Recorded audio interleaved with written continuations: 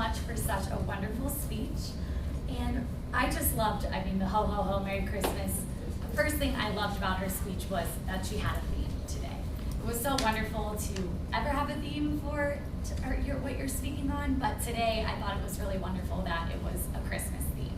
She really used these stories and anecdotes to tie into what she wanted to talk about today. So even quotes that I love from The Grinch, or a National Lampoon, or even just random quotes.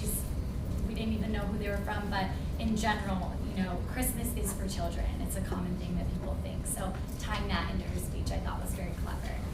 I loved the stories, how you went into detail of the different types of shoppers. I thought that was so relatable, and it really made us all think, what kind of shopper am I? And how do I act during Christmas? And how do I buy gifts for people?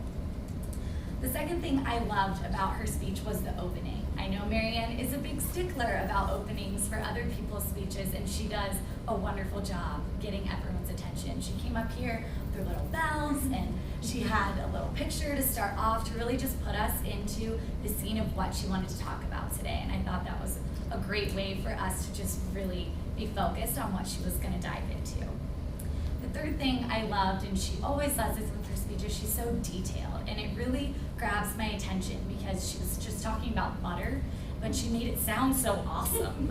She was like, the butter was so succulent, and it really, the way she went into these details about Thanksgiving, the turkey, and just going into detail about the dinner, and it really made you almost feel like you were there as she's describing it, which I think is a huge part of what we should all look to do when we're giving our speeches. And the fourth thing I absolutely loved about her speech was her body language and that vocal variety she had going on. Mary Anne is always out here. She's, leading her speech with this and shaking the bells and having something, a prop to hold. And her vocal variety was switching up when she had a quote that she was saying, for the Grinch, her voice went up a little bit, or, it was something funny. She was able to laugh at herself.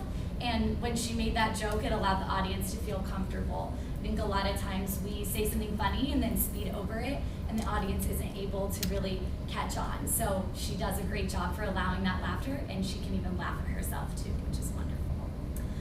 I really did love too just how she was pulling these things from different anecdotes and quotes and stories, but it still felt like Mary Anne's. She was able to put it in her own words. It felt like her personality, since our members, we do know Mary Anne very well, and it was great to see how comfortable she was up here making it her own.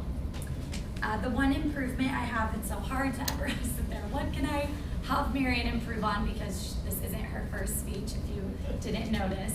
But the one thing I was thinking, I loved when you were asking the audience questions. So have you ever made a turkey? I thought that would be cool to tie in other places and then engage the audience. What kind of shopper are you? And putting more of those in, because your speech was so relatable, it would be cool to continually engage the audience throughout. And overall, I just want to say what a wonderful job. She was themed all the way down to her outfit with her Christmas sweater. And I just want to thank you for being such a great example for all of us in Toastmasters and continually giving a speech. So thank you, Mary Anne, and back to General Evaluator.